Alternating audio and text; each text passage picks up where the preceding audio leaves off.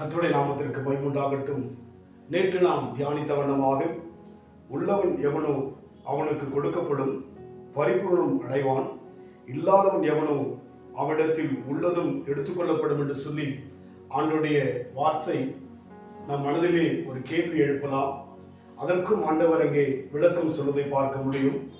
அதே மத்தேயு 13ஆம் அதிகாரம் 13ஆம் வசனம், அவர்கள் கண்டும் காணாதவளாயும் கேட்டும் கேளாதவளாயும் உணர்ந்து கொள்ளாதவளாயும் இருக்கிறபடியினால் நான் ஓமைகளாக அவர்களோடு பேசுகிறேன் என்று சொல்லி ஆண்டவர் சொல்கிறார். அவர்கள் கண்டும் காணாதவளாக கேட்டும் கேளாதவளாக உணர்ந்து கொள்ளாதவளாய் இருக்கிறார்கள். இன்றைக்கு நம் வாழ்க்கையிலே தேவனை நம் வாழ்விலே காண முடிகிறதா, உணர முடிகிறதா என்று சொல்லி ஆராய்ந்து பார்க்க வேண்டும். அவரை உணராவிட்டால் இந்த வசனம் நம் வாழ்க்கையிலே கிரியை செய்யாதபடிக்கு இருக்கும். ஆனால் நாம் கேட்டும் கேளாதவர் போயிருப்போம் என்று சொன்னால் நிச்சயமாகவே இந்த வேத வார்த்தைகள் நம் வாழ்க்கையில் பயனற்றதாய் போய்விடும். மூன்றாவதாக, உணராதவராய் இருப்பது போல அந்த ஜனங்கள் இருப்பதை பார்க்கிறோம். நாம் அப்படி இல்லாதபடிக்கு 3 காரியங்களை நம் வாழ்க்கையில் செய்ய தேவன் எதிர்பார்க்கிறார். ஒன்று, நாம் நம் மனதிலே அவரை காணும்படியாக ஆகார் என்கிற ஸ்திரீயை குறித்து பார்க்கும்போது நீர் என்னை காண்கிற தேவன் என்று சொல்லி, அதுபோல் நம் இதயத்துக்குள்ளாக வசனம் இருக்கும் என்று சொன்னால், தேவனுடைய வார்த்தை இருக்கும் என்று சொன்னால், ஒவ்வொரு நாளும் நம் வாழ்க்கையிலே மாம்ச கண்களிலே வெளியிலே பல பிரச்சனைகளை, பல போராட்டங்களை, பல வியாகுகளை சந்தித்தாலும் கூட உள்ளான மனதிலே வார்த்தை இருக்கும் என்று சொன்னால் நம்மை நாமே தைரியப்படுத்திக் கொள்ள முடியும். அதனால்தான் இங்கே அவர் சொல்கிறார், அவர்கள் கண்டும் காணாதவளாயும் கேட்டும் கேளாதவளாயும் உணர்ந்து கொள்ளாதவளாய் இருக்கிறபடியினால் நான் ஓமைகளாக அவர்களோடு பேசுகிறேன் என்று சொல்லி புரிந்து கொள்ள முடியாதபடி இருக்கிறது.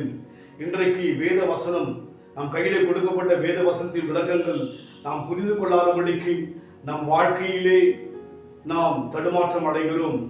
அப்படி இல்லை, தேவன் நம் வாழ்விலே தம்மை வெளிப்படுத்த விரும்புகிறார், தம்முடைய மகிமையை காண்பிக்க விரும்புகிறார்.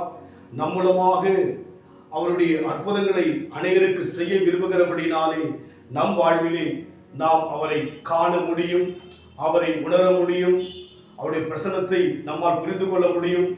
அந்த அனுபவம் இல்லாவிட்டால் இந்த வேத வசனம் நமக்கு வீணாக ஒரு விரக்தியாக இருக்கும்.